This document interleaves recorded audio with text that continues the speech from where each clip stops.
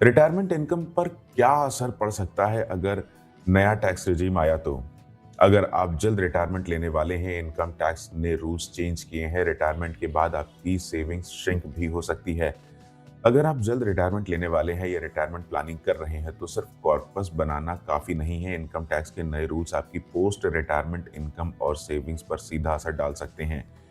सबसे पहले ये जान लीजिए कि 2025 के बाद न्यू टैक्स रिजीम कई टैक्स पेयर्स के लिए डिफ़ॉल्ट बन गया है।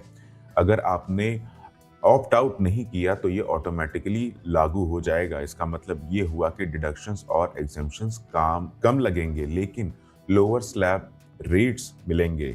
रिटायरमेंट के बाद जब आपकी income, pension, interest, FD, PPF, NPS withdrawal से आती है, तो न्यू रिजीम या ओल्ड रिजीम में अच्छा चॉइस करना आपके टैक्स बिल को बड़े रूप में बदल सकता है। एक बड़ा चेंज ये है कि पेंशन पूरी तरह टैक्सेबल होती है, यानी आप उसे रिसीव करते हैं तो उस पर पूरा टैक्स देना पड़ सकता है।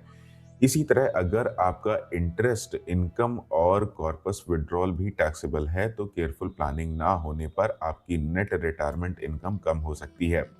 ओल्ड रिजीम में आप कुछ डिडक्शंस जैसे 80 टीटीबी यानी सीनियर सिटीजन के लिए इंटरेस्ट डिडक्शन या खास एग्जेम्पशंस ले सकते हैं, जो न्यू रिजीम में नहीं मिलते। इसलिए रिजीम चूज करना रिटायरमेंट प्लानिंग का क्रूशियल डिसीजन है। तो मेरी सलाह ये है कि ईयरली टैक्स कंपैरिजन करें, अपनी income sources, pension, FD, PPF, NPS और इंटरेस्ट स्ट्रीम्स को ध्यान में रखकर बेस्ट रिजीम चूज करें, ताकि आपका रिटायरमेंट सेविंग सिर्फ सेफ ना रहे बल्कि टैक्स एफिशिएंट भी रहे। मैं हूं मयंक कुमार। अगर आपको ये अपडेट हेल्पफुल लगी हो तो वीडियो को लाइक कीजिए, फॉलो करें और चैनल को सब्सक्राइब जरूर कीजिए। ये वीडियो सिर्फ जनरल इन्फॉर्मेशन के लिए है।